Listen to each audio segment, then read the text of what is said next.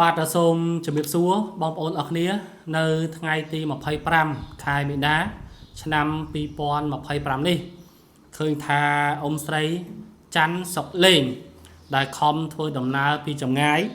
មកជួបខ្ញុំដែលជាអ្នកសារព័ត៌មានពីអង្គភាពសារព័ត៌មានកម្ពុជាឈ្នះនិងសារព័ត៌មាន Entry Plus U តាមការរៀបរាប់ជាសង្ខេបរបស់អ៊ំស្រីច័ន្ទសុកលេងគឺថាឥឡូវនេះបងស្រីប៉ុន្តែត្រូវជាកូនចិញ្ចឹមទេដែលមានឈ្មោះថាច័ន្ទសុកលីបានដណ្ដើមគេមរតករបស់អ៊ំស្រីហើយលួចធ្វើប្លង់រឹងដែលដីនេះស្ថិតនៅចំណុចភូមិតាពាំងពោសង្កាត់ចោមចៅទី3ខណ្ឌពោធិ៍សែនជ័យរាជធានីភ្នំពេញអ៊ំស្រីជាមនុស្សល្ងិតល្ងងនិយាយត្រង់ទៅគឺល្ងិតល្ងងអត់ចេះសទេហើយរងថ្ងៃនេះស៊ីឈ្នួលគេលៀងជ្រុកលៀងអញ្ចឹងទៅហើយដើរក្តីយ៉ាងណាក៏គ្មានបានទទួលយុត្តិធម៌ដែរអស់ជំរឿសអញ្ចឹងមានតែមកជួបខ្ញុំដែលជាអ្នកសារព័ត៌មានដោយសារឃើញខ្ញុំតាមបណ្ដាញសង្គមហើយធ្វើការតំណាក់តំណងមកខ្ញុំក៏ណាត់ជួបដើម្បីធ្វើបទសម្ភាសន៍តែម្ដងឥឡូវនេះអូមមានរឿងអីខ្លះអយុត្តិធម៌អីខ្លះអ្នកណាធ្វើបាបអូមខ្លះដណ្ដើមដីធ្លីអូមអីខ្លះសូមអូមជួយរៀបរាប់ឲ្យបានក្បោះក្បាយដើម្បីឲ្យបងប្អូនមហាជនដែលលេងតាមបណ្ដាញសង្គមក៏ដូចជាថ្នាក់ដឹកនាំជាពិសេសគឺសម្ដេចថាបតីហ៊ុនម៉ាណែតនាយករដ្ឋមន្ត្រីនៃកម្ពុជានឹងជួយរកយុត្តិធម៌ជូនអ៊ំស្រីឥឡូវសូមឲ្យឯកឧត្តមសម្ដេចហ៊ុនម៉ាណែតជួយខ្ញុំផងឥឡូវបងខ្ញុំនឹងគាត់ជាកូនចិញ្ចឹមខ្ញុំកូនបង្កើតដល់ហើយបានគេតាំងពី82មកហើយគាត់ប្លង់នៅលើគាត់កាន់ហើយម្ដាយខ្ញុំអត់ទាន់ចែកទេខ្ញុំទៀមទាគាត់ថាចេះចាំអត់ម្ដាយចាំចែកគ្នាដល់ទៅពេលហើយខ្ញុំនឹងក៏ធំឡើងបានប្តីទៅបានទៅនៅភូមិព្រៃពិសាក្នុងបាយចោមចៅដល់ពេលបានកូនមួយខ្ញុំទៅទៀមទារបបដីខ្ញុំដីស្រែដីចកាដីផ្ទះគាត់ថាអត់ទាន់ចែកទេចាំប្តីថ្ងៃងាប់បានចែកទៅប៉ះពាល់ដល់គេសាច់ថ្លៃដល់ពេលប្តីខ្ញុំស្លាប់ហើយខ្ញុំទៅទៀមទាទៀតដេញខ្ញុំអត់ឲ្យចូលផ្ទះទេហើយគេដែលម៉ែខ្ញុំដីផ្ទះដែលម៉ែខ្ញុំចែកឲ្យហ្នឹងកាត់លក់ឲ្យក្រុមហ៊ុននៅជាប់ជាងផ្ទះរាល់ថ្ងៃហើយខ្ញុំទៅទៀមទាសុំលុយអត់ឲ្យទេខ្ញុំសុំតែ10000ក៏អត់ឲ្យដែរដេញខ្ញុំដូចឆ្កែដូចឆ្មាអញ្ចឹងដល់ហើយខ្ញុំក៏ដាច់ចិត្តឲ្យប្រធានភូមិនឹងជួយដោះស្រាយប្រធានភូមិអត់ជួយទេអាពេលធ្វើប្លង់រឹងហ្នឹងខ្ញុំប្រាប់ឲ្យថាបងខ្ញុំថាចាំធ្វើប្លង់រឹងចាំចែកដីគ្នាដល់ទៅពេលធ្វើប្លង់រឹងហ្នឹងខ្ញុំប្រាប់ប្រធានភូមិថាបងខ្ញុំថាចាំធ្វើប្លង់រឹងចាំចែកដីគ្នាដល់ពេលធ្វើប្រធានភូមិថាសួរខ្ញុំថាខ្ញុំសួរថាមិនធ្វើប្លង់រឹងអត់ប្រាប់ខ្ញុំចឹងប្រធានភូមិឆ្លើយឡើងថាខ្ញុំសួរបងចែកដែរតាបងចែកថាចែកសัตว์អណ្ដែតដល់ណាបាត់ហើយខ្ញុំថាសัตว์អណ្ដែតដល់ណាក៏ដោយក៏អត់ត្រូវឲ្យធ្វើដែរចាំខ្ញុំមកចាំធ្វើបានត្រឹមត្រូវដល់ទៅពេលខ្ញុំមកថាធ្វើប្លង់រឹងហើយហើយចឹងអត់មានប្រធានភូមិអត់មានដោះស្រាយឲ្យទេប្រធានភូមិអ្នកចញ៉េឲ្យបងខ្ញុំធ្វើលួចធ្វើប្លង់រឹងកាត់អ៊ំតិចការធ្វើប្លង់រឹងឆ្នាំ2010ហ្នឹងមានឈ្មោះអ៊ំអត់ប្លង់មានឈ្មោះទាំងអស់តែគ្រាន់គាត់កាត់លួចធ្វើបាត់ហើយហ្នឹងមានប្លង់ស្លាប់មាន់នៅ3អ្នកម៉ែកូនហ្នឹងប្លង់ដំបងស្លាប់មាន់ប្លង់ទុននៅទាំងអស់គ្នាហ្នឹងខ្ញុំមានប្តីទៅនៅព្រៃពិសាក្នុងបាយចោមចៅទៅតែប្លង់រឹងដែលគេលួចធ្វើនេះក៏មានឈ្មោះអ៊ំទេអត់មានទេគេលួចធ្វើទាំងអស់តែពីដាក់ពីអ្នកប្តីប្រពន្ធគេទេ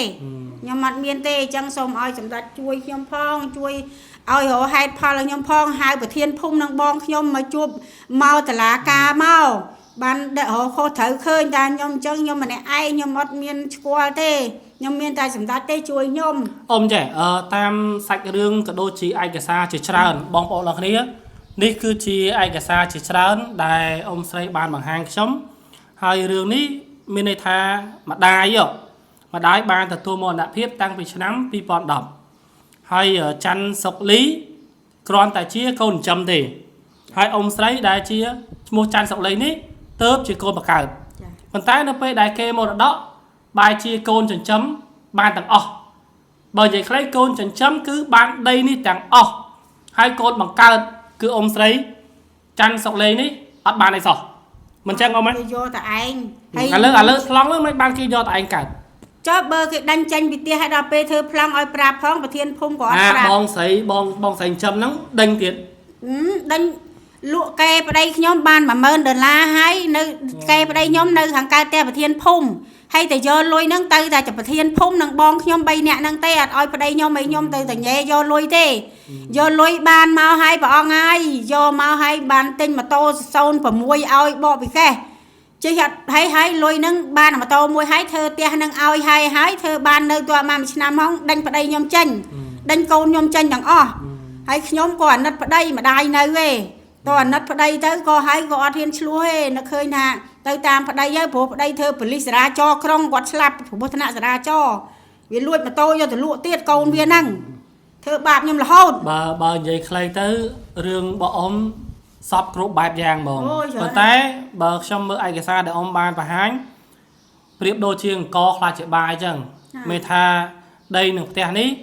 គេបានធ្វើប្លង់រឹងហើយណាដែលមានប្តីឈ្មោះឆាយហ៊ីហើយប្រពន្ធឈ្មោះច័ន្ទសុកលេងច័ន្ទសុកលីអធិស្ឋានច័ន្ទសុកលីហើយឥឡូវនេះដោយសារតែអ៊ំអត់មានលទ្ធភាពអីសោះឥឡូវនេះខាងអាជ្ញាធរខណ្ឌពោធិ៍សែនជ័យខាងសាលារាជធានីភ្នំពេញសុទ្ធតែអះអាងថាដីនេះធ្វើប្លង់រឹងហើយជំរុញឲ្យអ៊ំទៅដឹងនៅតុលាការទៅដោយសារតែវិវាទដែលមានប្លង់រឹងជាសមត្ថកិច្ចរបស់តុលាការតើឥឡូវនេះស្ថានភាពអ៊ំបច្ចុប្បន្នដែលស៊ីឈ្នួលគេលៀងសាច់ជ្រូកអីមានលទ្ធភាពណាទៅពឹងពាក់មេធាវីតាមរយៈការផ្សព្វផ្សាយព័ត៌មានរបស់អង្គភាពសារព័ត៌មានកម្ពុជាឈ្នះដូចជាអន្ត្រីផ្លូវញូនេះសង្ឃឹមថានឹងមានថ្នាក់ដឹកនាំជួយជាពិសេសខាងមេធាវីសម្ដេចតេជោមេធាវីស្ម័គ្រចិត្តឬក៏មេធាវីប្រចាំសាលាដំបងឬក៏មេធាវីទាំងអស់ដែលមិនយកកម្រៃសង្ឃឹមថានឹងជួយមកការពារក្តីជូនអ៊ំស្រីណាដើម្បីបានធ្វើការប្តឹងផ្ដាល់បន្តទៀតទៅកាន់តុលាការដោយសារតែអ៊ំស្រីចាក់ស្ដែងគាត់ប្រាប់ខ្ញុំថាគាត់អត់ចេះអក្សរហ្នឹងអញ្ចឹងគាត់អត់ចេះទាំងអស់អត់ចេះធ្វើឯកសារទេអញ្ចឹងសង្ឃឹមថាការផ្សព្វផ្សាយនេះនឹងបានដឹងឮដល់អ្នកចេះអ្នកដឹងជាពិសេសថ្នាក់ដឹកនាំ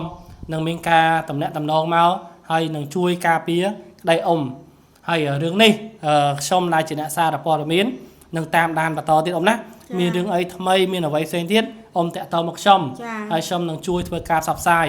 យើងដឹងថាក្នុងនេតិកាលទី7នៃរាជរដ្ឋាភិបាលយើងសម្ដេចថាបតីនាយករដ្ឋមន្ត្រីលោកបានយកចិត្តទុកដាក់ណាស់នៅក្នុងការជួយបងប្អូនជាពលរដ្ឋហើយថ្មីនេះសម្ដេចក៏បានបង្កើតក្រុមអ្នកច្បាប់សម្ដេចថាបតីដែរនៅក្នុងគោលបំណងមួយនេះដើម្បីជួយដល់បងប្អូនជាពលរដ្ឋក្រីក្រល្ងឹតល្ងងអ៊ំអញ្ចឹងសង្ឃឹមថានឹងមានមេធាវីចូលខ្លួនដើម្បីការពារអ៊ំស្រីឲ្យអ៊ំស្រីបានប្តឹងផ្ដាល់ទៀតដើម្បីស្វែងរកនៅយុត្តិធម៌ដីគេម្ដាយសោះបែរជាបានទៅលើកូនចិញ្ចឹមទាំងអស់ដល់ឡែកកូនមកកើតអត់បានអីសោះហើយគេដេញចេញប្រទេសទៀតព័ត៌មាននេះបើសិនជាភាគីពាក់ព័ន្ធជាពិសេសខាងកូនស្រីចិញ្ចឹមហើយចង់ធ្វើការបំភ្លឺព័ត៌មានយ៉ាងណាឬក៏អ្នកណាដែលពាក់ព័ន្ធអាចមកធ្វើការបំភ្លឺព័ត៌មានវិញបានយើងខ្ញុំដែលជាអ្នកសារព័ត៌មានអនុវត្តតាមក្រមសីលធម៌វិជ្ជាជីវៈសារព័ត៌មានធម្មនុញ្ញនៃវិជ្ជាជីវៈសារព័ត៌មានរងចាំការបំភ្លឺគ្រប់ពេលវេលាទាំងអស់សូមអរគុណ